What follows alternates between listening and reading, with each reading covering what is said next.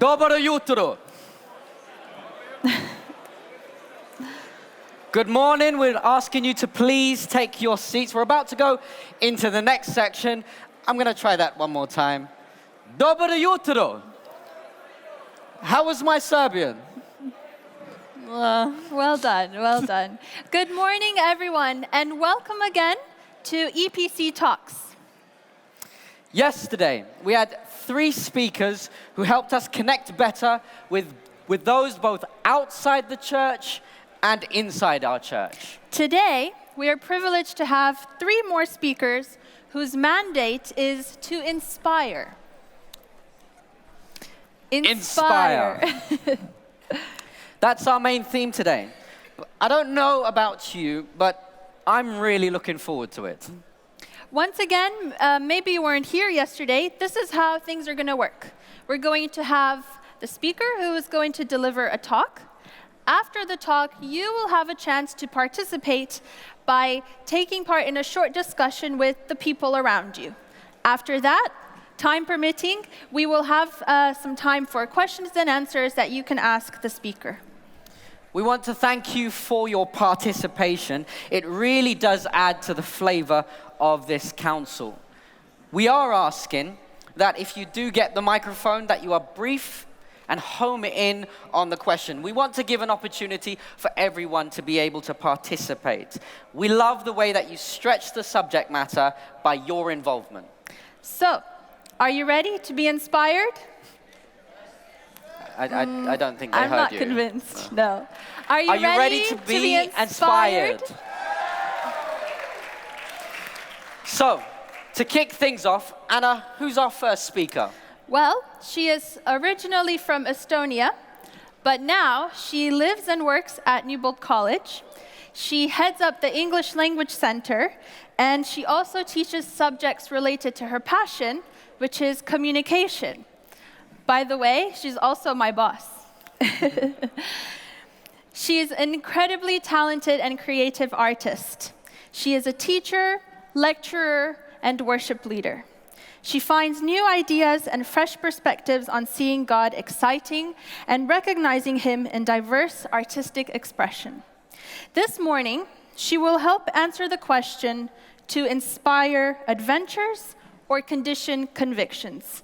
Please welcome Kärt Lazić.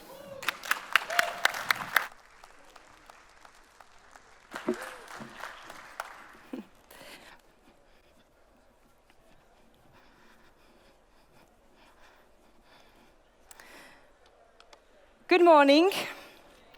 My name is Kärt, and as you heard, I am not a pastor. I'm a teacher. And in my free time, I am a normal human being.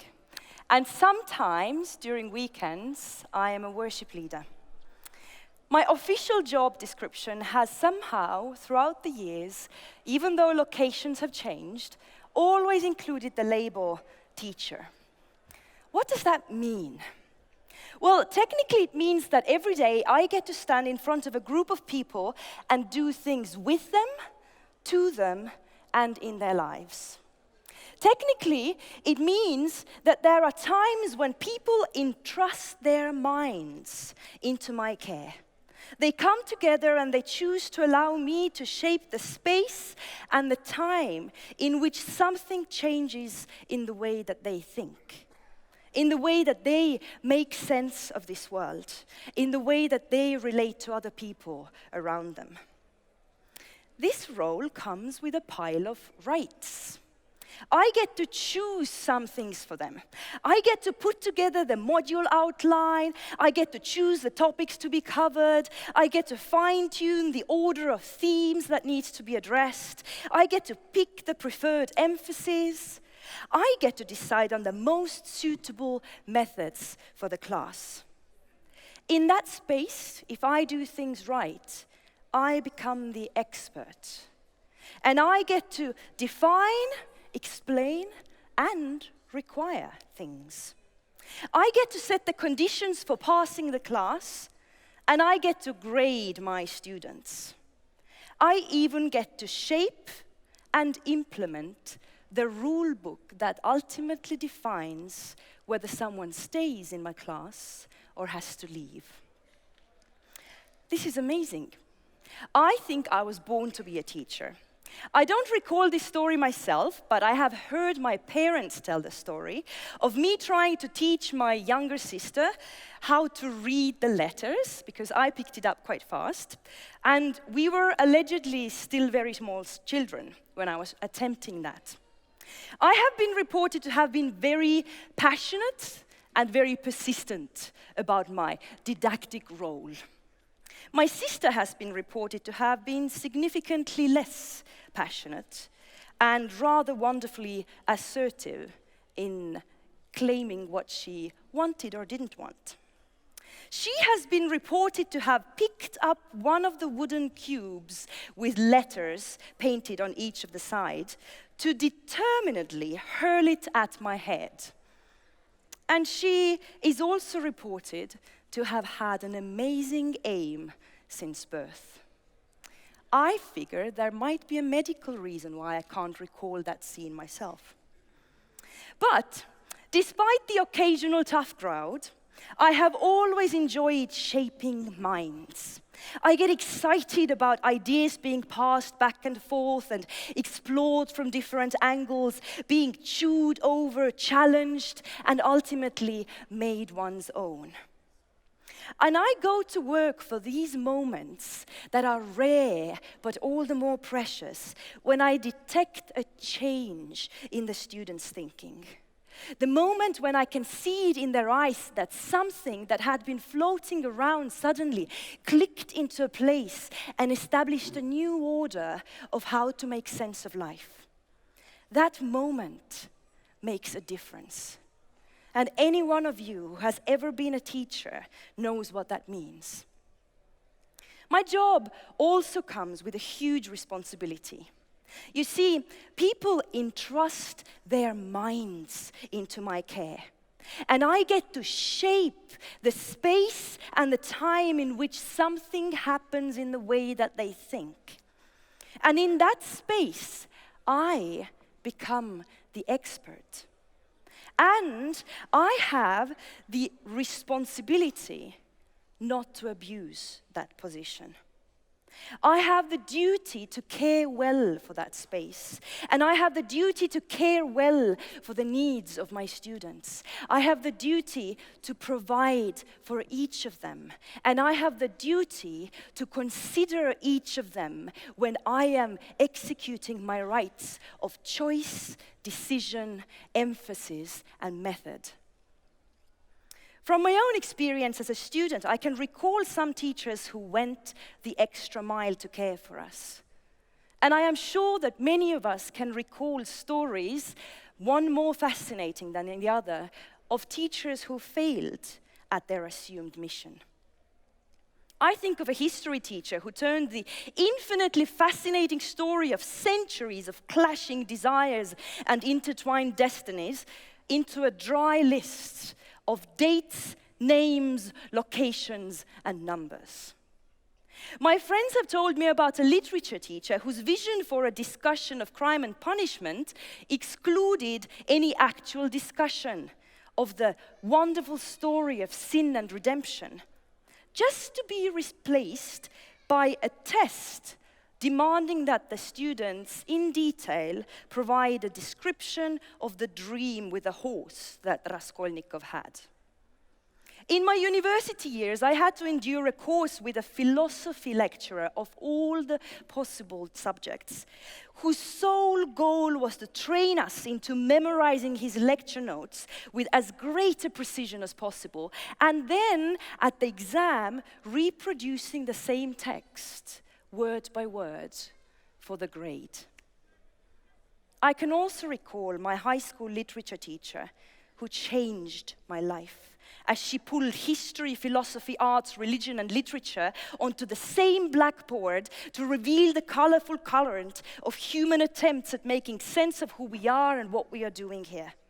We were encouraged to share our opinions. Our teacher got excited about the ideas that challenged her to look at things from a fresh angle. We sat in that class, reading and thinking, debating and discovering, and one morning something clicked in my mind, moved into place, and changed the way that I think about life. Such stories remind me as a teacher of my responsibility to the ideas that I have the task to share, and responsibility to the people and the minds that I have the privilege to shape. You are pastors. You are leaders in our church. You might be walking around with an actual document that serves as the license to work as a pastor in our church. Or you might be a ministerial spouse or work as the head of a department or another. And the exact job title matters not. If you are here, it is highly likely that you are a leader in our church. What does that mean? Well, technically it means that every weekend, and I suspect some of you even during the week, get to stand in front of a group of people and do things with them, to them, and in their lives. Technically, it means that there are times when people entrust their lives into your care. It comes with a pile of rights. You get to choose some things for them. You put together the preaching and the teaching plan, you determine the theological emphasis, and you decide on the most suitable methods for communicating God to your community. In that space, if you do this right, you become the expert. Whether you want to or not, it's in your job description. That role is ascribed to you. You get to define, explain, and require. You even get to shape and implement the rule book that decides who gets to stay in our church and who has to leave. This is amazing. You may have been born to be a leader. You may have been called to be a pastor. This is exactly what you are supposed to do. Thank you for serving. But your job also comes with a ginormous responsibility. People who trust me make their minds vulnerable, and I have a duty not to abuse that. People who trust you make their entire lives and destinies vulnerable, and you have a duty not to abuse that.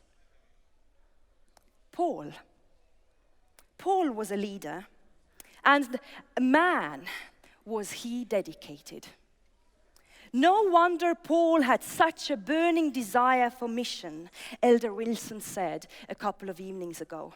Because he had spoken to Jesus person to person. He had heard his voice and it had made a difference in his life.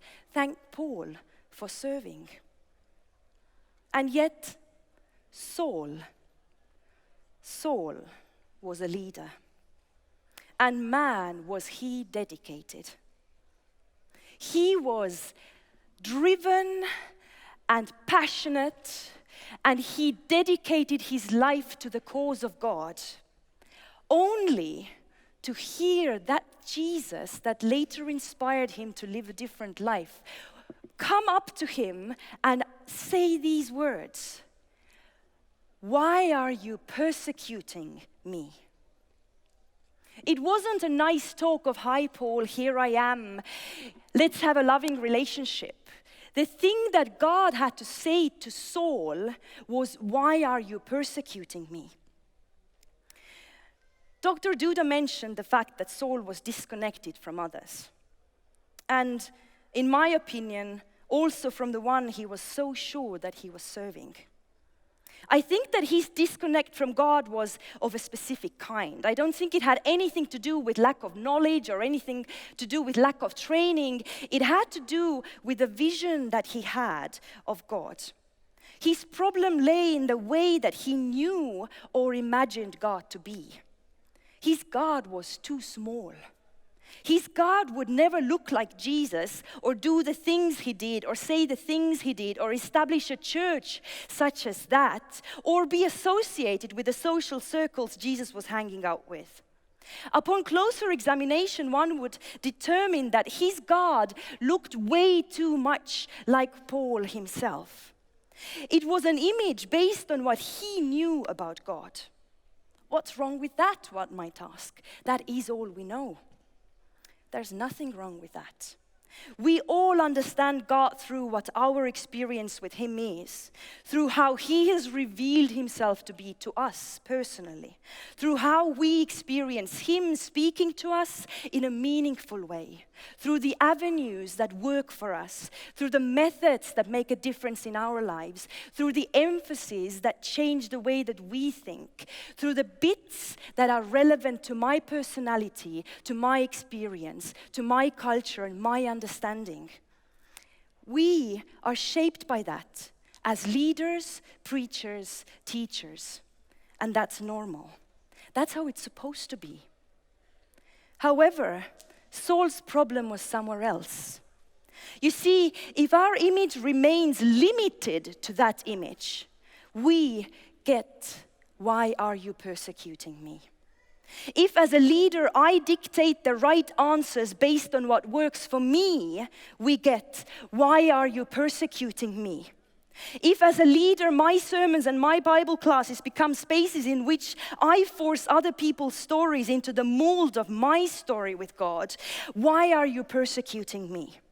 If as a leader I stick God in a box the size of me and I chuck Him away safely on the shelf with clear outlines, clearly outlined form and shape and content, so that it now could serve as the norm for how I lead and what I require from others that they be, why are you persecuting me? If as a leader, I demand that others' spiritual love language be the same as mine, why are you persecuting me? It gets worse. Because the fact that we are leaders and teachers and preachers comes with an additional layer of responsibility. You see, it's no longer just about acknowledging that God is bigger than me. It's about accepting people whose story with God is different from me. It gets worse than that. It is no longer just about accepting them, but as leaders who are responsible for that space in which they experience God, in which emphasis are laid, in which methods are used, I am responsible for taking care of their needs, for supporting them, not just acknowledging, not just accepting, but really making space for them, for providing for those needs. I have a duty to provide space for stories that are different from mine, that are not my cup of tea. I have a duty to support these stories, encourage these stories, and these people who are living through these stories. I have a duty to guarantee a space for them in which their story is equally valid to me. I have a duty to that classical music professor in that corner as a worship leader. And I have a duty to that lovely middle-aged man in that corner who doesn't even get why anyone would ruin wonderful words with a silly tune on top of it, because wouldn't it be so much better as a sermon anyway? I have a duty to that teenager torn in the middle of the disconnect between the church she has grown up in and the real life that she lives outside. And I have a duty to my grandma who wants to sing the songs that she sang when she was young. I have a duty to that person who walked into the church a couple of years ago from a life that I have never known, from a life of 30 years of drug abuse, of physical, terrible addiction to heroin, moving in circles that I have never, ever even met in my life. Asking questions that are irrelevant to my life, who met Jesus and was freed from the addiction, and who now walks up the aisle to sing his song about his experience with God. I have a duty to that man, that blues musician, who has been using that form of music to express his experience through the dirt, through the mud, through the pain, through the addiction, through salvation, and through the freedom that he now experiences in God. I have a duty to that man, and I have a duty to the congregation to provide space for that man in my worship. Would you? Did you yesterday, when that man walked up here, because he was so determined despite his really poor health condition to come and share his story with God? Did you acknowledge, accept, and support? Are you capable of providing that space? Am I capable of providing that space, even though it might not be how I experience God? And am I capable of supporting people to go out on similar journeys instead of conditioning conviction, inspiring them to go out on an adventure with God, discover the way He speaks to them, come back, share that story and be a part of my community? Is there space for that in my worship? Is there space for that in yours?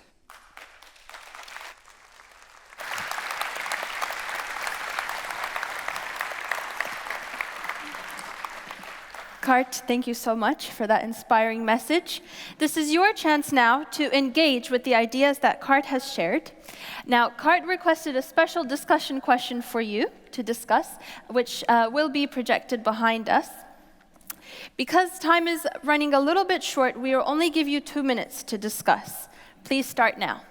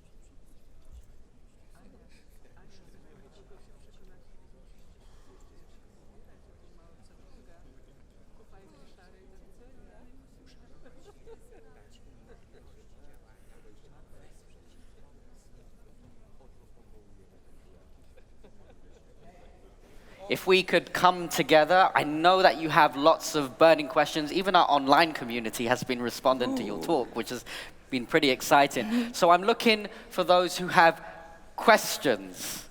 I'm going to start with this section. Has anybody got a question over here that they'd like to ask?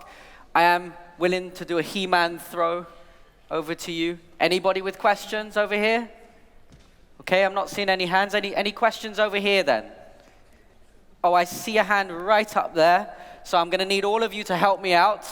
Could you stand for me, please? And we can try and get this to you. Here we go. Okay, that's one. If we can try and push the mic right up to you. Go on, give it a good chuck, Amos. I know you can do it. Yes.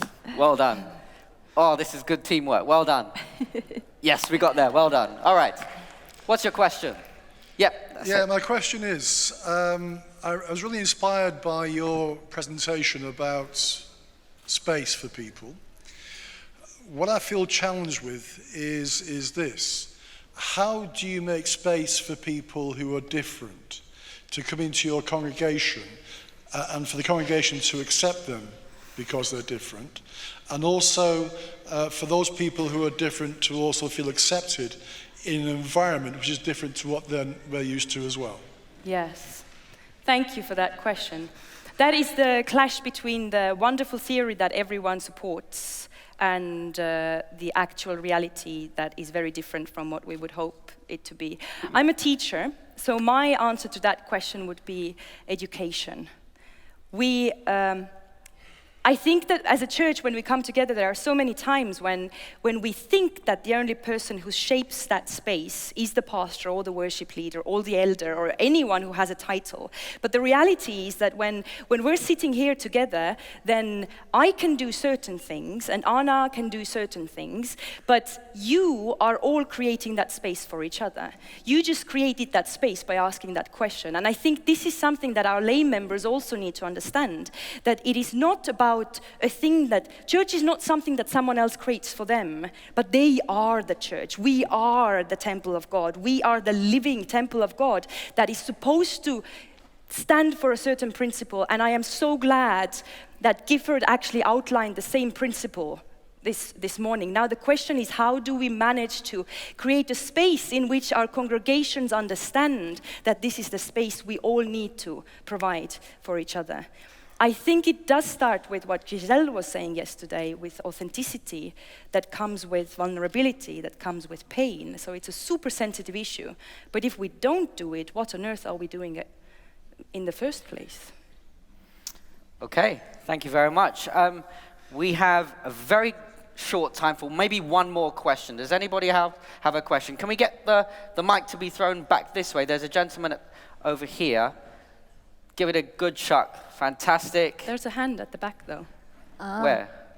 Was there a hand? No, there was. Okay, we'll give an opportunity probably another time. We're very short on time. Let's go for it. Fire away on the question. Thank you for opportunity.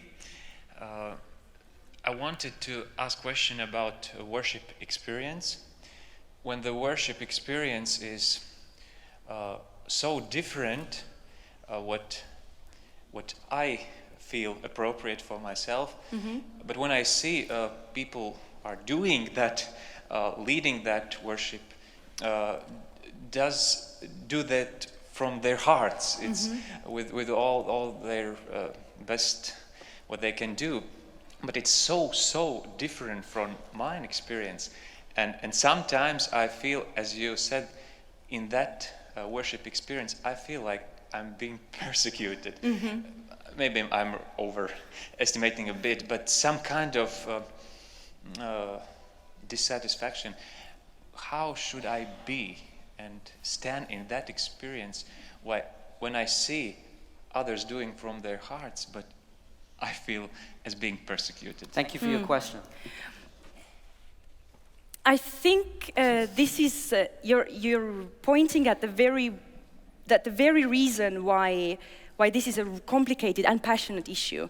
It is something that goes so deeply personal that it can feel like abuse if it's not something that if it is not something that we feel comfortable with. And obviously, if we want to open up to God, we want to have a safe environment.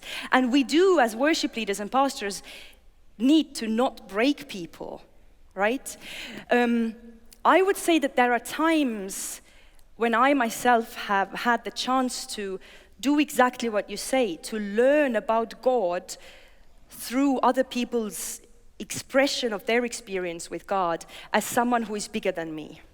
And someone who, I don't have to connect with that, but I have to accept and acknowledge that this can also be how God works in people's lives. If your local church does this to you week after week after week, then your leaders might need to revise how they are meeting your needs. It is okay for one service to go as something that is not my cup of tea because it is serving someone else's needs. But if that happens on a regular basis and you never get your food, go and talk to your worship leader, go and talk to your pastor and make sure that you do. And as leaders, we need to keep that in mind because we need to also provide. I'm not saying that everyone needs to go contemporary or everyone needs to go classical, but you need to look at your congregation and what the needs are, and you have to meet them. By the way, Friday afternoon workshop, let's continue the discussion. Thank you so much, Kärt. Let's show Kärt our appreciation Thank for you. sharing. And as Kärt mentioned, she will be running a workshop on worship if you're interested in attending. And as always, remember that our speakers are available if you want to continue the conversation with them. Now, it's time to call Alistair for a short stretch, so please stand. Are we ready? Good morning, EPC! Okay, let's go. Let's roll our shoulders. Roll our shoulders. Connect. Inspire. Inspire. Change. Very good. Connect. Connect. Inspire. Inspire. Change. Very good. Okay, I want you to now just rock slowly. Just rock slowly. Very good. You're looking good, but you're not smiling. I'm concerned. How does it feel? I can't hear you guys. Okay, a little bit faster. Very good. Very good.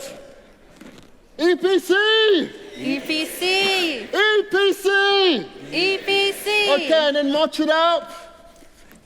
March it out, and you can just wave like this. If you can't raise your arms, just do this. But just wave. See you in 60 seconds later. Thank you very much. Round of applause. I think you're ready for the next talk now. Who's our next speaker, Sam? So he is a husband, a father of two, a Hungarian, a pastor.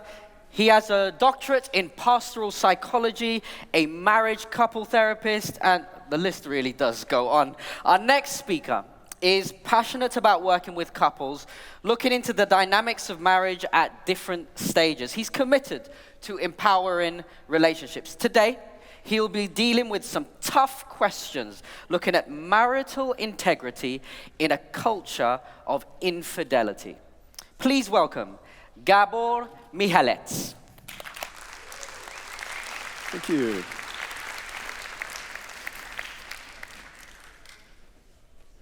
Hello. It's so good to see you. It's really inspiring. Do you know that little thing here that I hold in my hand? Of course you know it. It's a Rubik cube. I must admit that I have a very contradictory relationship to that toy.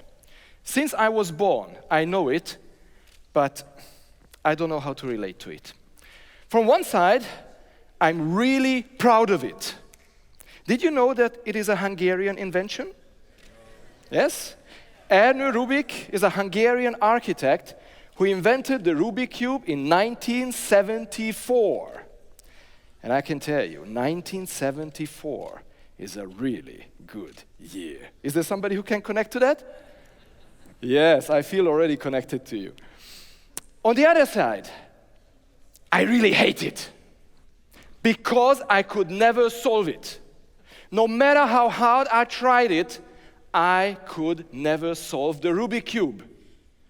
The most I could do were 2 sides, but never all the 6. But I have a cousin who can solve it in less than 30 seconds. She is the living evidence that it is possible to solve the Rubik Cube. Why am I telling this? Because it is the same journey that I discover among many couples with whom I work with. Many of them try to solve this mystery called marriage. They try it from one side, they try it from the other side, and it simply doesn't work, at least for them. And they come to the point when they get angry on the cube and throw it away because it is impossible to solve it, at least for them. Of course, there are people who are the living evidence that it is possible to live happily, faithfully, for decades with the same spouse. Just like the Bible says, may your fountain be blessed, and may you rejoice in the wife of your youth, a loving door, a graceful deer. May her breast satisfy you always, and may you ever be intoxicated with her love.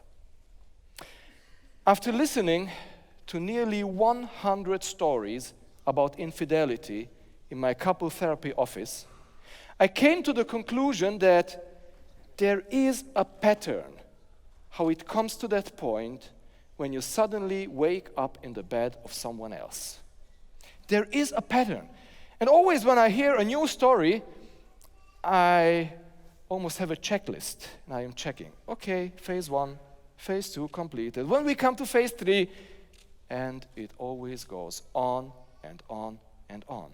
And after listening so many stories and looking in the eyes of those people who have suffered this life event on either side of the story, I came to the conclusion that there is not only a pattern, but it is a phenomena that is explainable. And if it is explainable, it becomes even predictable.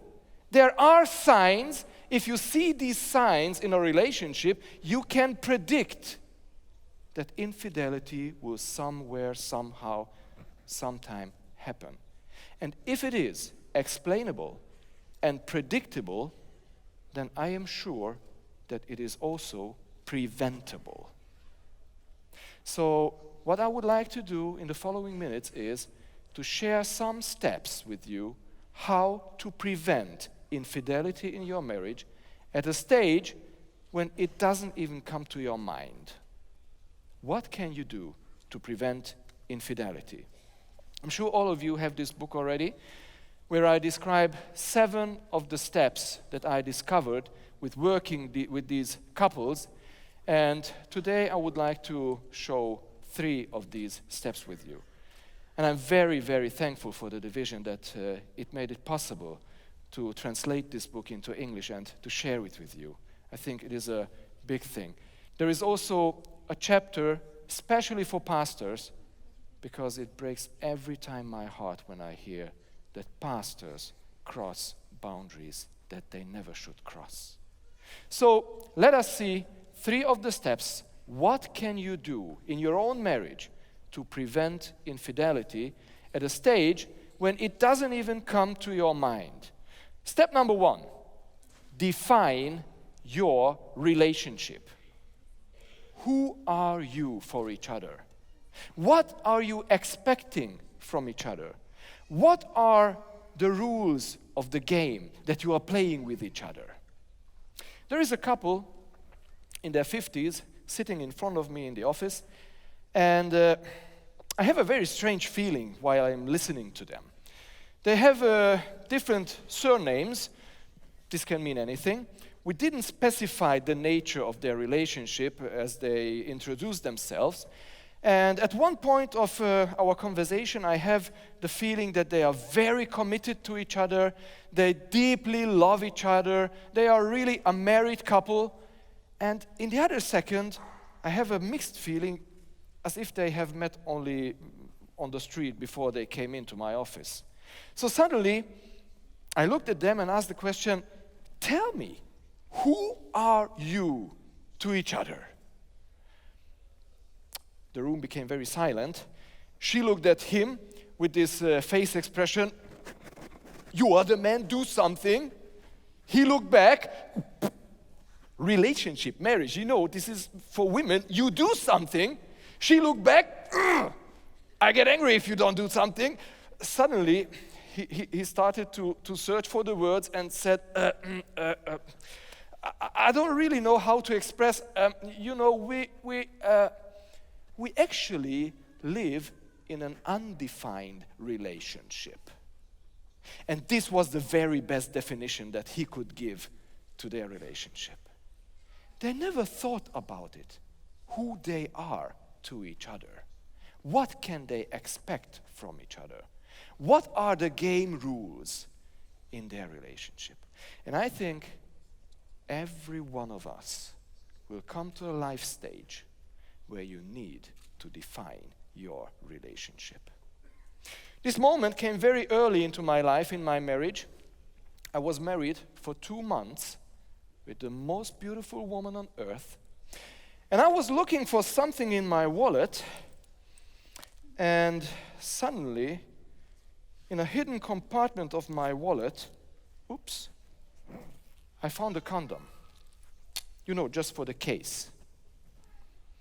I'm sure you had these sexual education classes at school where the big message was the following: always have a condom on hand, you never know when you need it.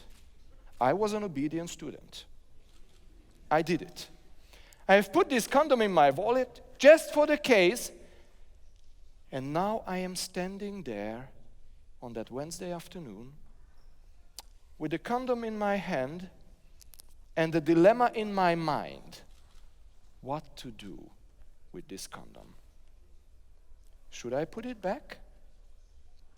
If I put it back, I give myself the permission to cheat on my wife.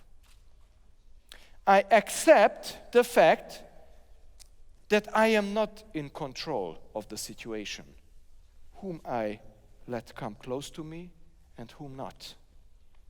If I throw it out, then I close the door.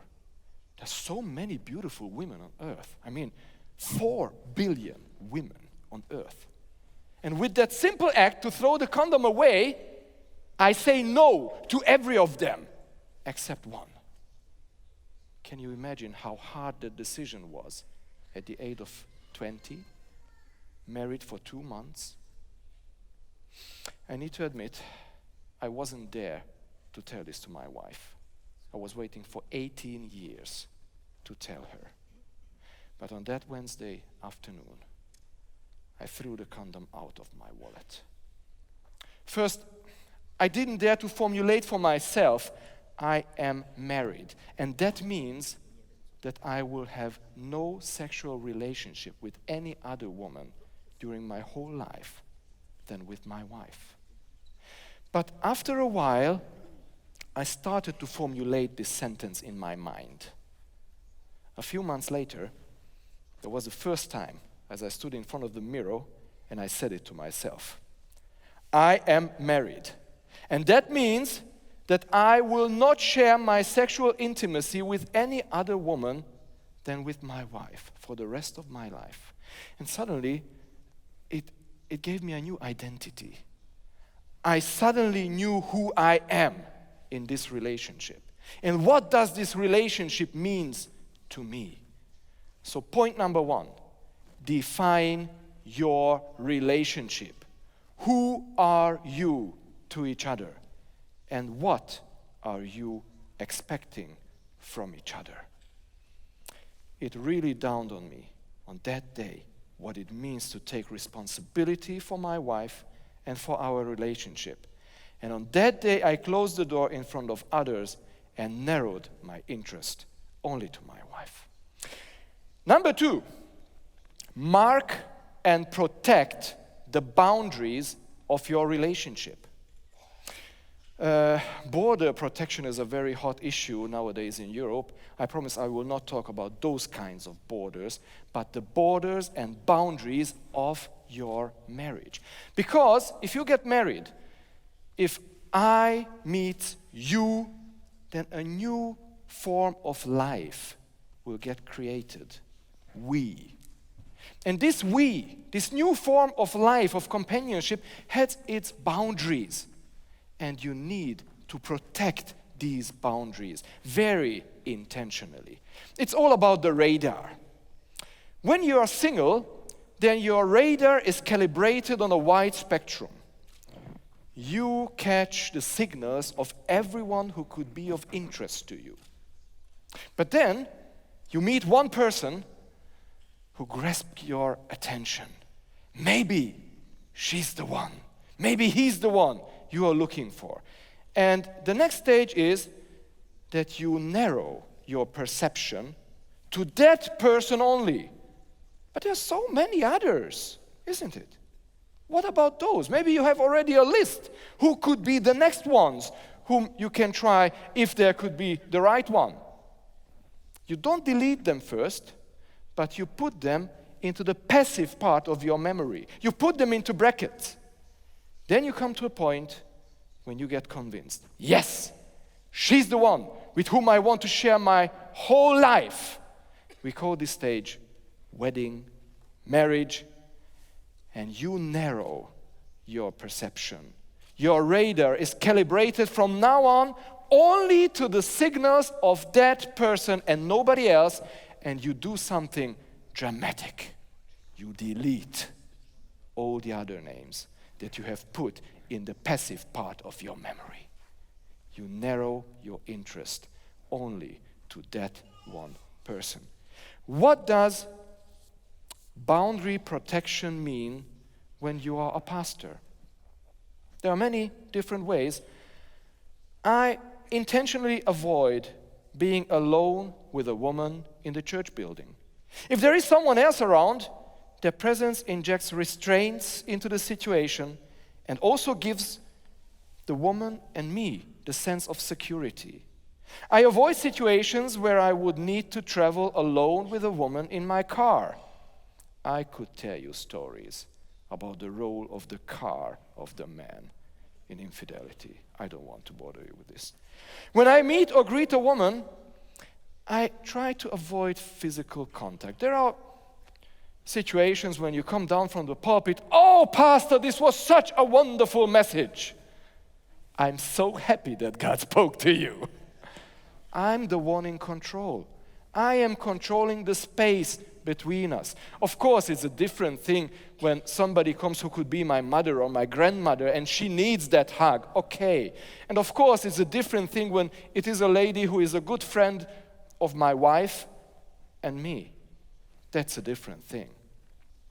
I avoid physical contact also in a comfort situation. When I console a man, it is just natural to put my arm on his shoulder, to speak to him in a warm, caring voice.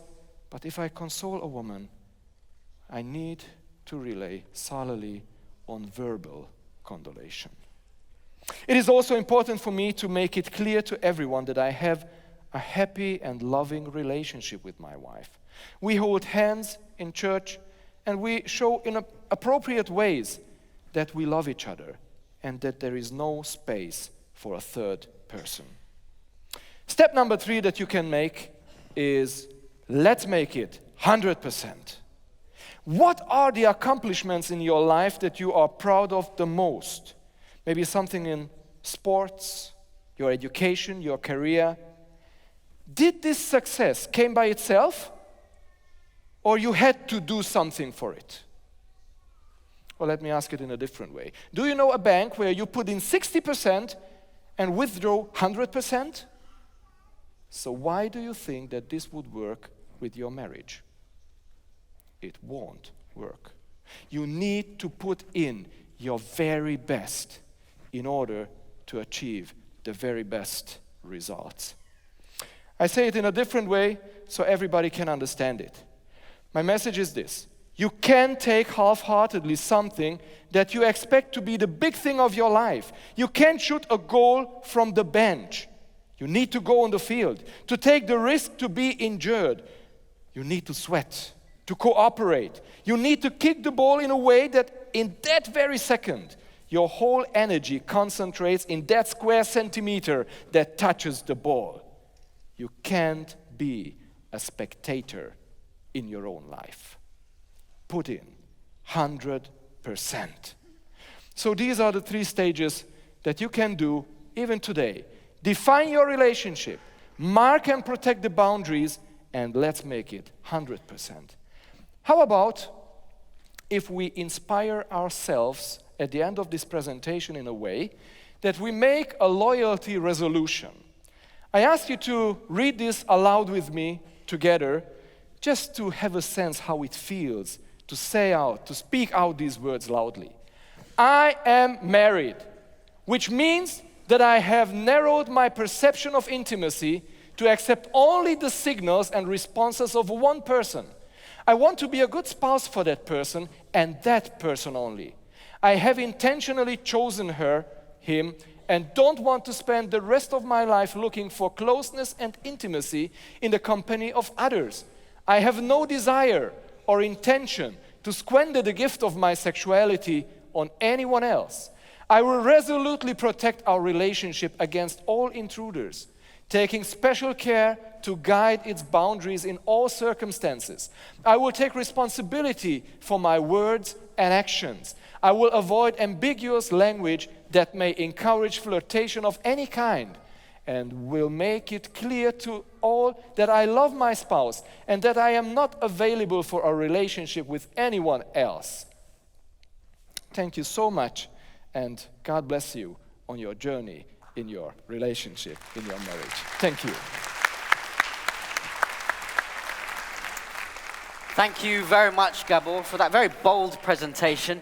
We now have the time for you to be able to connect on the inspiration that Gabor has shared. The questions will be on the screen, so you've got a couple of minutes to share amongst yourself. Off you go. The second question, what did you agree or disagree with? Thank you.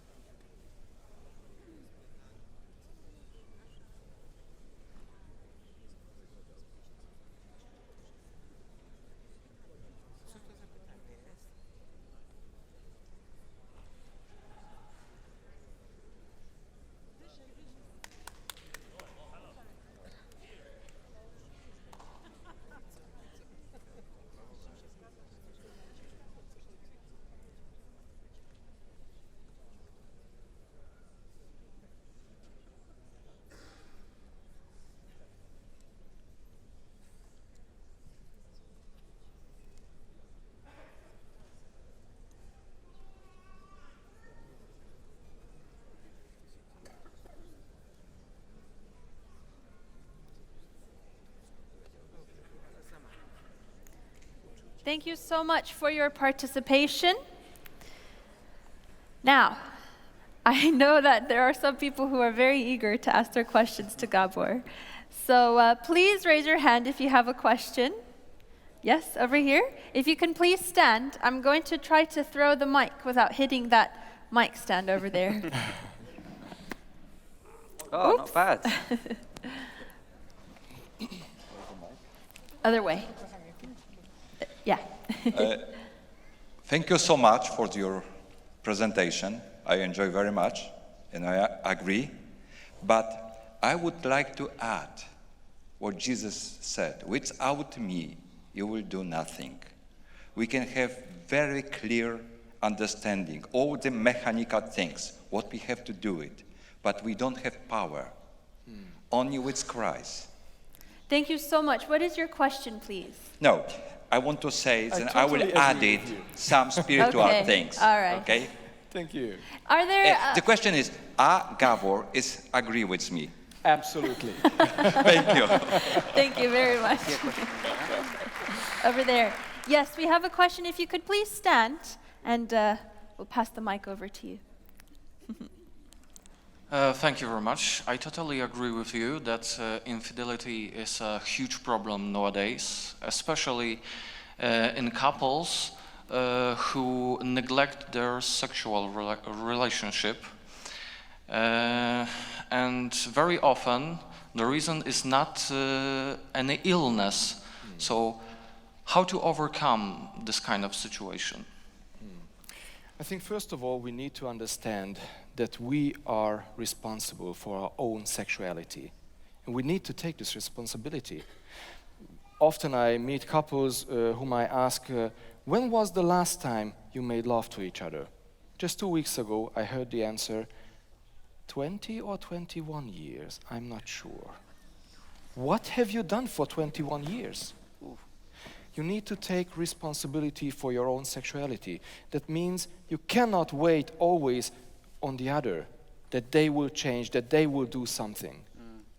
You are in charge for your own sexuality. It starts about how you think about yourself as a man, as a woman, about your own sexuality. And there is a long process, but the main message is do something. Take responsibility. Don't wait for the other one.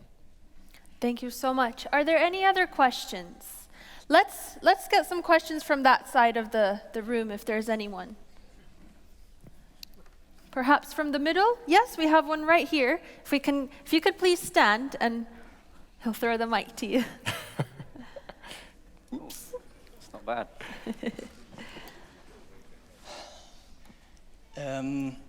It seems like you're assuming that every pastor is married.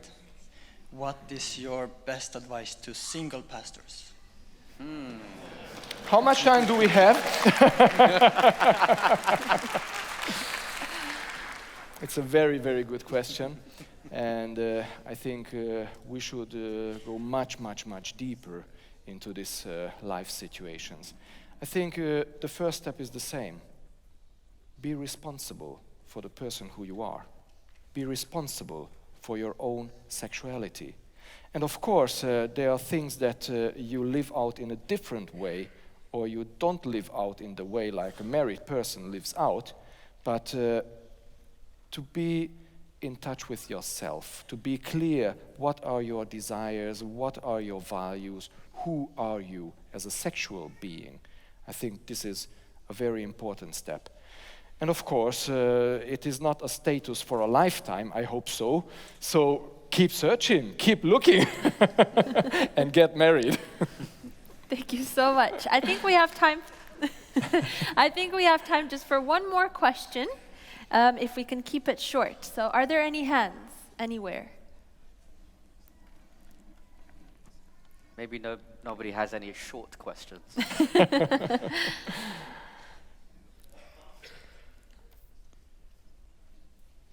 Don't be shy. This is a safe space. Okay, All right. There's a question. I was about to say, I thought, Gabor, you had solved all our problems. As if life would be that easy.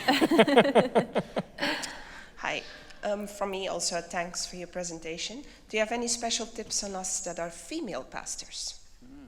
Oh, very good, very good. I think some of the problems that female pastors face are very similar to those which male pastors face. We are objects of projections that we would never like to be. And we need to be aware of that. It is my job description to be very kind, very empathetic, but sometimes somebody misunderstands my signals. And I need to be very clear about my signals that I am giving. And I think if that is valid for men, it is much more valid for women, because you can be seen as objects of fantasies of men who are sitting in the rows, and you think that they are there because of the gospel, and maybe they are there because of totally different reasons. So I think that you need to be always aware what kind of signals you are sending, and to be to avoid any ambiguous situations or misunderstanding, and make it always clear, and protecting your boundaries very sensitively. This is what I could tell. Thank you so much for sharing your expertise, Gabor. Please, let's show our appreciation. Thank you so much. Thank you, Gabor. Please be reminded that you can come and speak directly to the speakers and be able to have that conversation with them. So, we've reached that time, haven't we? Yep. Alistair? Alistair, it's over to you. Let's stand up again, everyone. We've got 50 seconds, so let's go. Are we ready? Yes, okay, so let's go. We're going to do this. 1, 2, 3. 1, 2, 3. I can't hear you. 1, 2, 3. Very good. 1, 2, 3. How does that feel? I can't hear you. 1, 2, 3. Okay, now we're going to do my favorite. What is this? E. I'm not going to say that. C. Okay, let's go. E. C. Very good. And again. E. Very good. I want to remind you all that tomorrow morning at 7 o'clock will be our last session. So we look forward to seeing you then. Give yourself a round of applause. God bless you. Thank you. All right, we're now going to move on to our next speaker. Anna, who have we got? Our final speaker this morning is the person who converted me to follow a plant-based diet. Really? Yes, and while that means no more feta cheese or runny egg yolks, I have to say it is the best decision that I've made for my health so far. So for that, I am very grateful. He is one of the world's premier lifestyle doctors who has 4 degrees in science and medicine. He is able to reverse, improve, or prevent many chronic illnesses, including heart disease, cancer, arthritis, and diabetes. In fact, in 2016, he received a national award for his work in reversing disease. He serves as the health director for the South England Conference and is the director and founder of a lifestyle medicine clinic on Harley Street. Today, he will share with us how our well-being transforms our lives, families, communities, and our nations. Please welcome Dr. Chidi Ngwaba. Thank you. Thank you. Good morning, everyone. Excellent. Great to be here. Fabulous to be here. If you don't mind, I'd like to take you back a few years, maybe to the 17th century. Maybe this is on. Yeah, back to the 17th century and how we used to treat people in medicine. So if you were living in the 17th century and you had an infection, and if you had some of the best doctors at your disposal, they would probably give you something like this. Mercury. Right, mercury, it has its advantages and its disadvantages. The advantage is that it kills every known bug dead. That's wonderful. You have an infection, it gets rid of it. The disadvantage is that it kills every patient dead as well. So it has a 100% success rate. But if you went to the best doctors in the 17th century, that is what they would give you. How about, and actually I should tell you, Mozart, that's how Mozart died. I don't know if you know that. He was being prescribed mercury, and that's how he passed away. How about this? Asthma. Let's come up to the 19th century, and you had a very expensive doctor, and you went to your doctor, difficulty in breathing because you have asthma. What would your doctor prescribe? Do you know? Asthma cigarettes. That's right. You can't breathe. You go to your expensive doctor, and your doctor prescribes you cigarettes to clear your lungs out. You know, I think many of these doctors must have thought in those days, I think all of my treatments must work because none of my patients come back. It's because they're all dead. You know, this was the best, the finest, this was the cutting edge treatment of the day. What about depression? Let's come up to the 20th century. If you had depression, now the doctor that came up with this next technique is so good that he actually got a Nobel Prize for it, a Nobel Prize.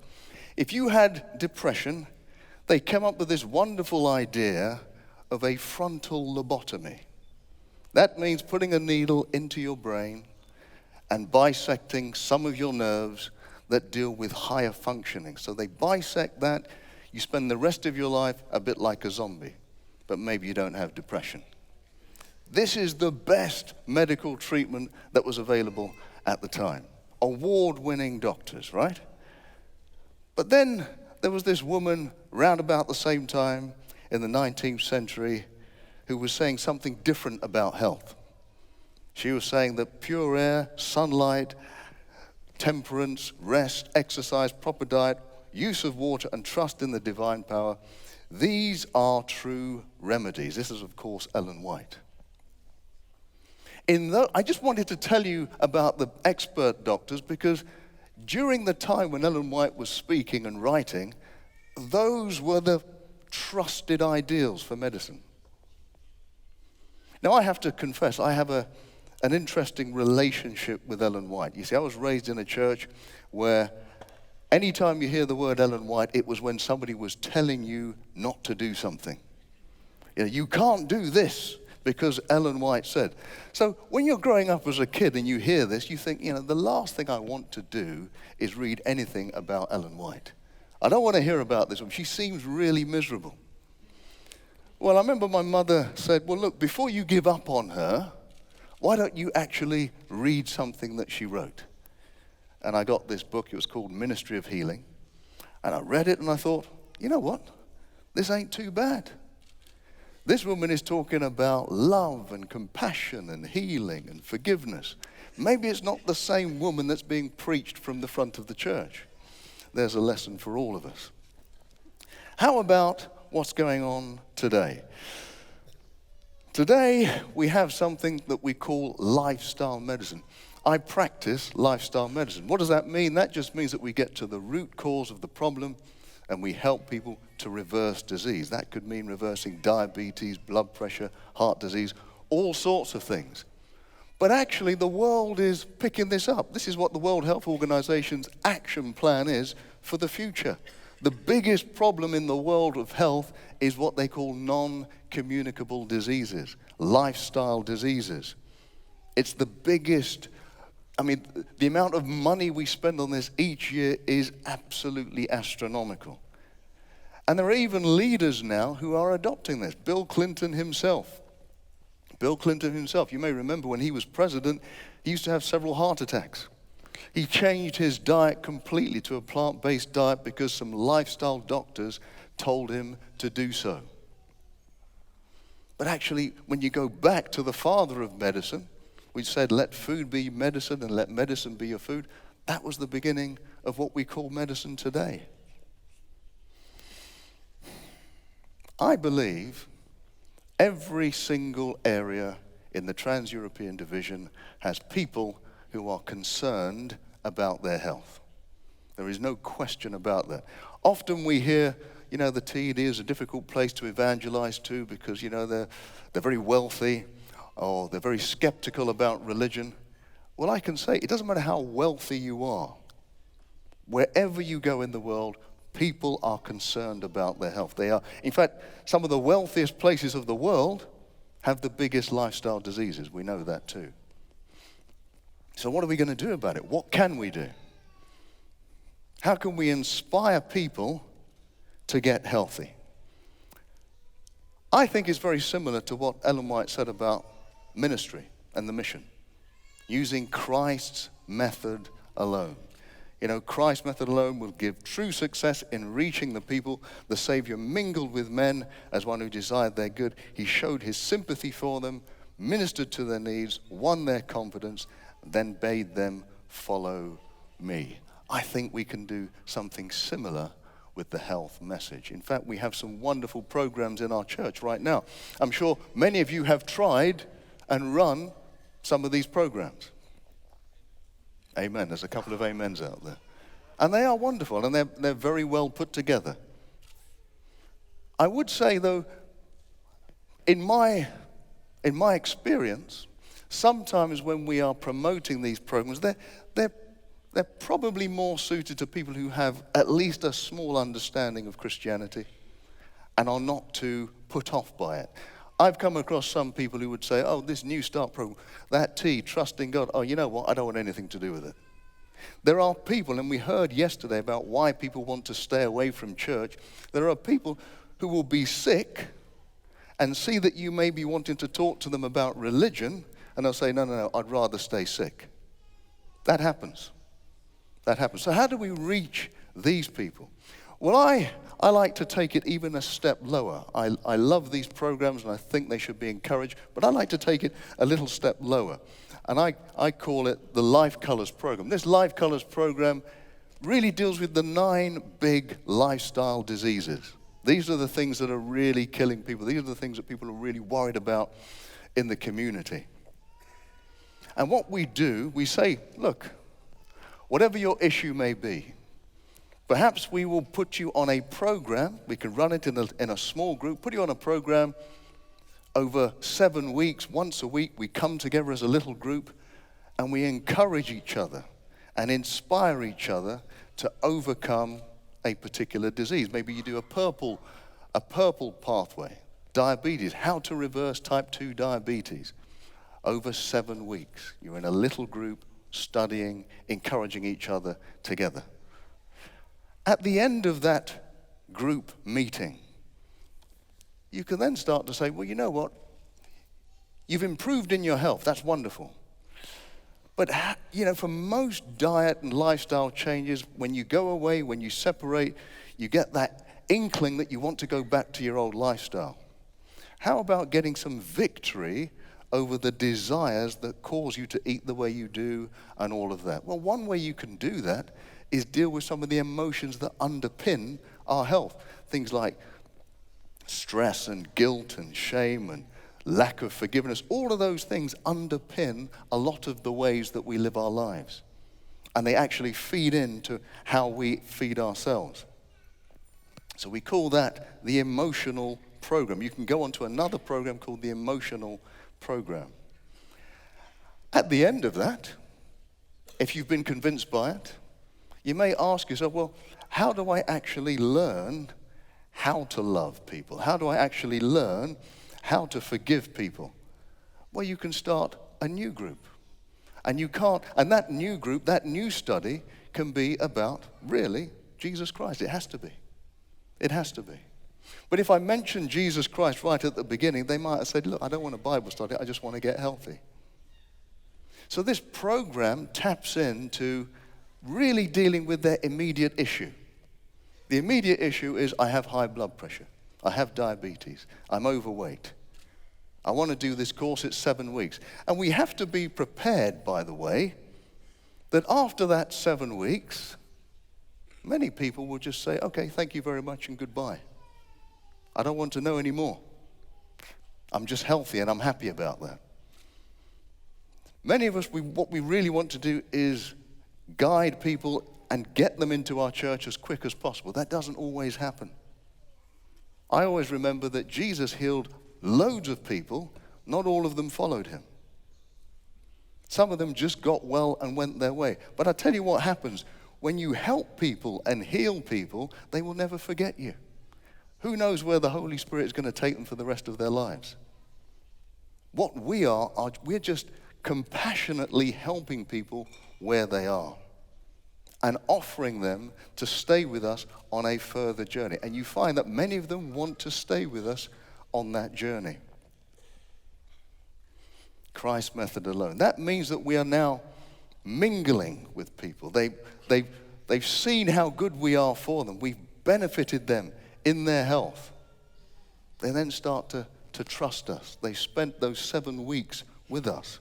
And you know, that final group, when you're dealing with Jesus Christ, that is what we call a small group. That's a small group that is dealing with their salvation, that is dealing with their spirit. That's a new little church. That's exactly what we've been talking about for most of these programs. I always think it's important for us to seek to connect with each other. The more we can connect with each other in these small groups, the better we're able to inspire others to make that change. When you think about it, some of the best groups around are on that principle. Weight Watchers we have in England. Maybe you have it where you are too. Alcoholics Anonymous. Alcoholics Anonymous works by the fact that people are just sharing on a weekly basis their issues. No judgment, but just sharing and encouraging one another. This actually was taken from Pastor Giselle's church in The Hague, where I was a few years ago. And this lady here, she's quite a fundamentalist Muslim. And she said, I've brought my husband about 50 miles to this church in The Hague simply because somebody told me you're going to talk about how to reverse type 2 diabetes. And I find this everywhere I go. And I mention this because this is not the sort of woman who would walk into a church. I've seen people in certain churches in England where a very strict Muslim woman who would never walk into a church came because she saw the poster reversing diabetes, and half of her family has type 2 diabetes. I know it's not the normal for me to be here, but I couldn't stay away because if there's a way I can heal my family, I want to be here. It's a wonderful way to open up the gospel to people who really don't want to know. It is indeed the entering wedge for the gospel. And look, whilst we're in the process of doing this, whilst we're sharing this wonderful health message, I would say this: it's important that we who work within the church try to look after ourselves too. If there's one thing that people who work for the church almost 100% suffer from, is overwork, stress, lack of sleep. And it's as though everything's so urgent that I have to meet these demands. You know, I love that book by Stephen Covey, The 7 Habits of Highly Effective People. And it makes that distinction between the urgent things in life and the important things in life. All of us are busy doing urgent things, answering the phone, finishing those papers, doing those reports, organizing those conferences. Very urgent things. But sometimes those urgent things crowd out the important things. Looking after my health, spending time with my family, spending time with God. All those things get crowded out until they become urgent themselves. What I'm saying is, no matter what we feel we have to do, daily, let's take time to look after the important things. Getting enough rest, doing exercise for ourselves, spending time with the family, spending time with God. If we miss those things out, then, you know, what on earth are we doing? What is the point? We're passing on a wonderful message, but we're not really experiencing it for ourselves. I don't think that's part of God's plan for us. You know, I've finished. Now, if you have any questions, I caught you off there. You weren't ready. If you have any questions.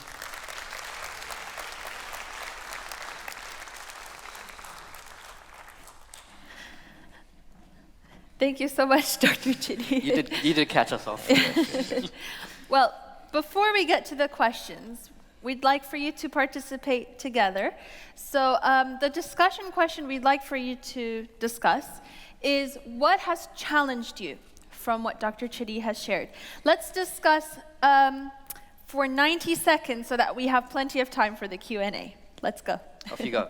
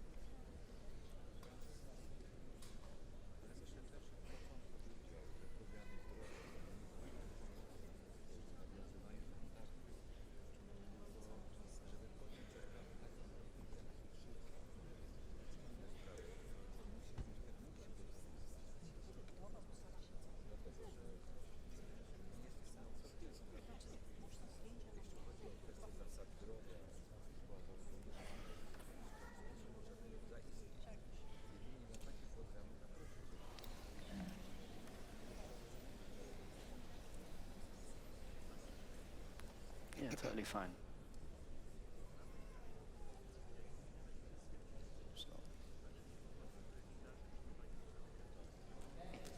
All right, if we can come together, we're now going to open the floor for questions. And may I just remind you, a question, please. The hands are going up like crazy. There is one over here that put their hand up first, so I'm going to send it over to you.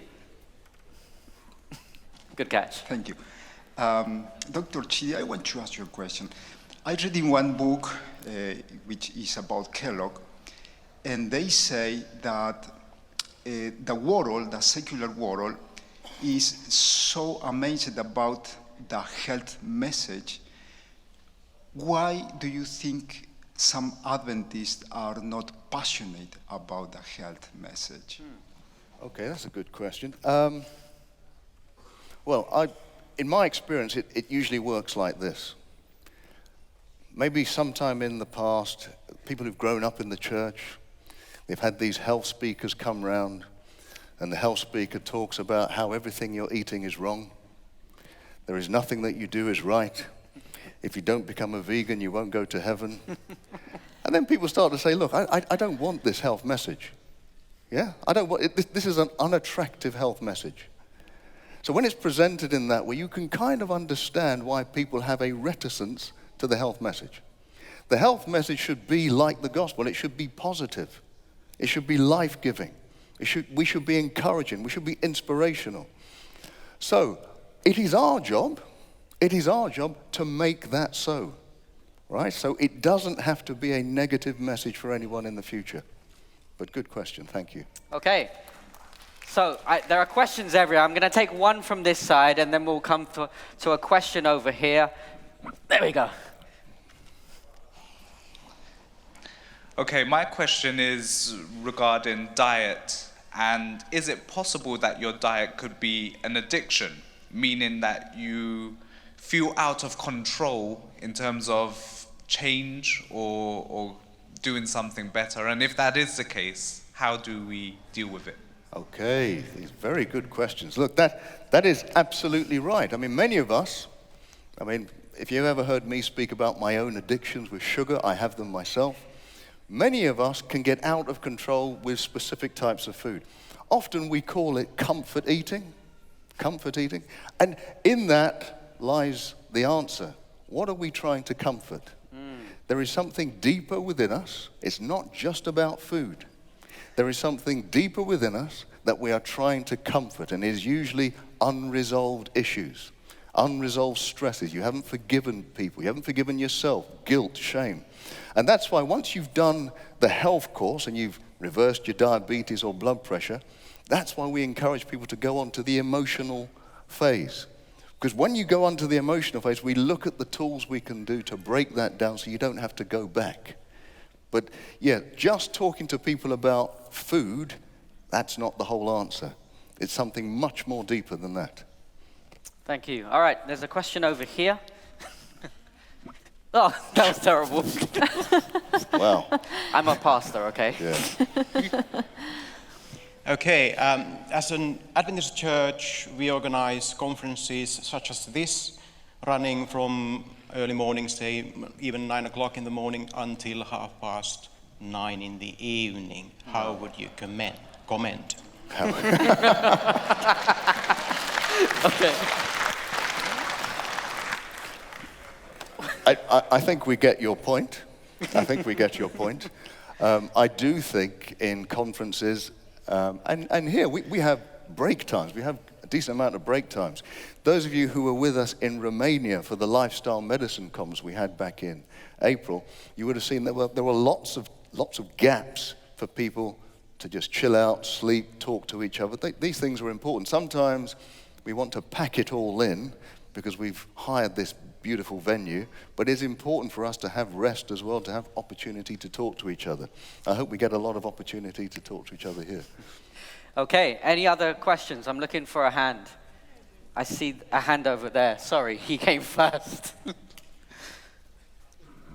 Ooh, wow. Oh. Okay. Well, it was just You can close. practice later. So. Yes, thank you. Not bad. I have a question. It's about meat. I'm not born as Adventist, and I'm eating meat ever since I became an Adventist. What do you advise for those who became an Adventist and want to leave meat? What is your advice? If you want to leave meat? Yeah, because is going to something happen with my health? Is going to something missing? So. Oh, I see. Yeah. Yeah. Okay. Well. If you get the point. Yeah, I get the point. Well, certainly there's. Oh, I see. Oh, wow. There is something wrong with your health. Yeah. Maybe you can't.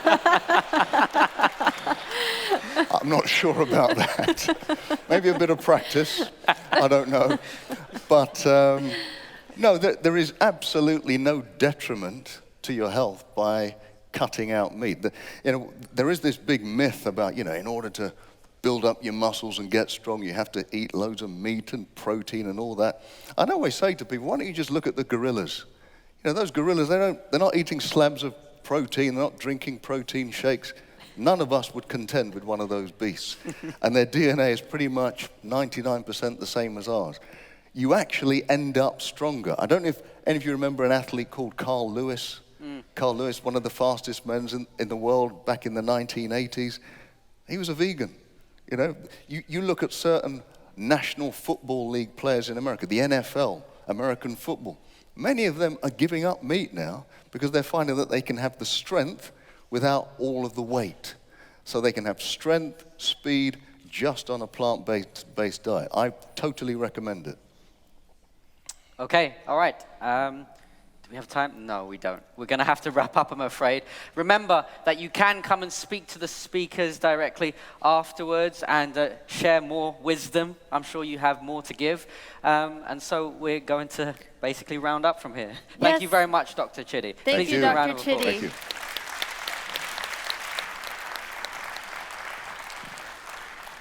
Well, we've certainly enjoyed this morning. Have you enjoyed the talks?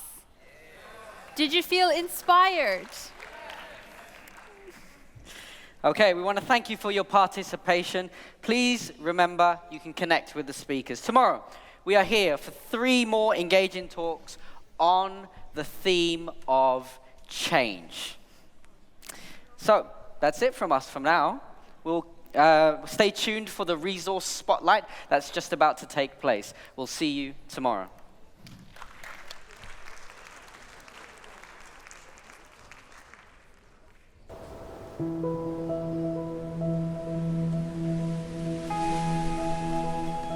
Our churches are growing older. 40 to 60% of our youth will drift from our faith community once they leave school. At the same time, we're not too successful in reaching unchurched youth. So our churches are aging, and the percentage of young adults in our churches is lower than that in the general population.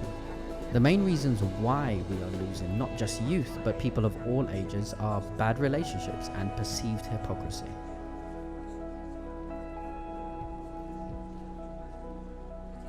But there is hope.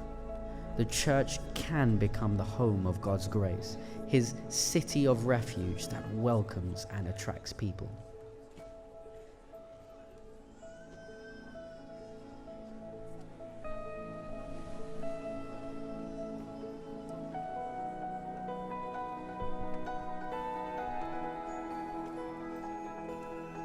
Church of Refuge is an initiative designed to help your congregation follow biblical models to become a safe and caring family of God for all generations, cultures, and social groups. ICOR is encouraging you to prioritize youth. That's the only way to attract young generations and grow old. But other age groups will not suffer, because ICOR is intergenerational in its approach, bringing the whole church family together, serving and caring for each other. Your church can become such a supporting spiritual family by applying 10 biblical values to your own situation. ICOR has developed very useful resources, a study guide, short videos, an assessment questionnaire, a church board guide, and much more. These resources will help you as a leader to change your local church culture by discussing and implementing these 10 values with everybody in your church. Our prayer is that ICOR will help your church to become a bright spot, a church that grows young and reflects God's love in practice.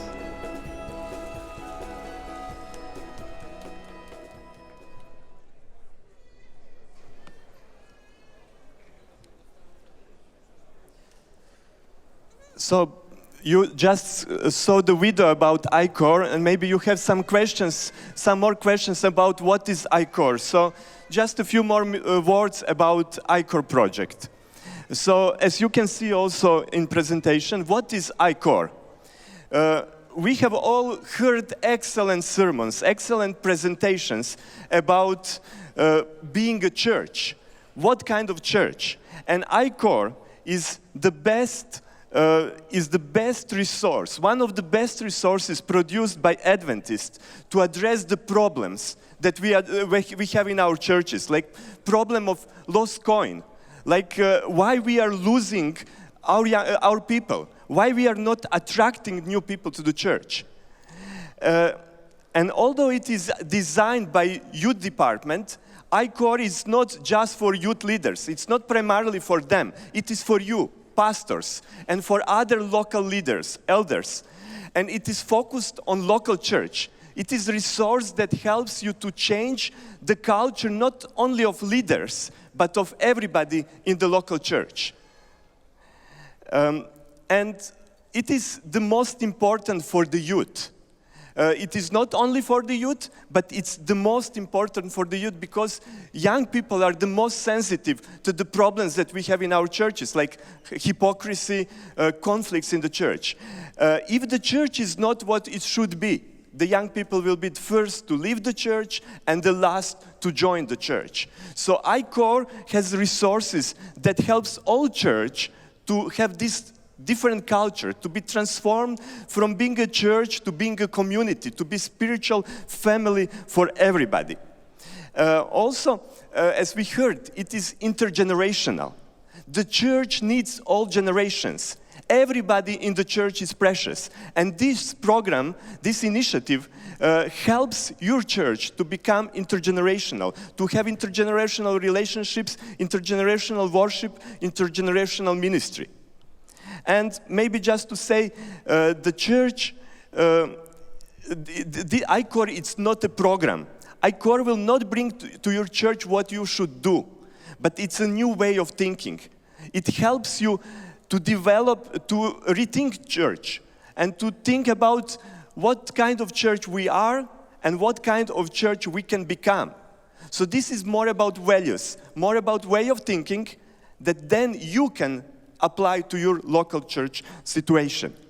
And as you have seen, there are many resources, many tools developed for church members, individually, for small groups in the church, for youth groups. There are devotional books, there are short videos, there are church board manuals that you can discuss with your church. And if you want to find out more about iCore, come to TD Youth Ministries booth or write to me personally, and we can be in touch with you to see how iCore can be implemented in your local church. Thank you.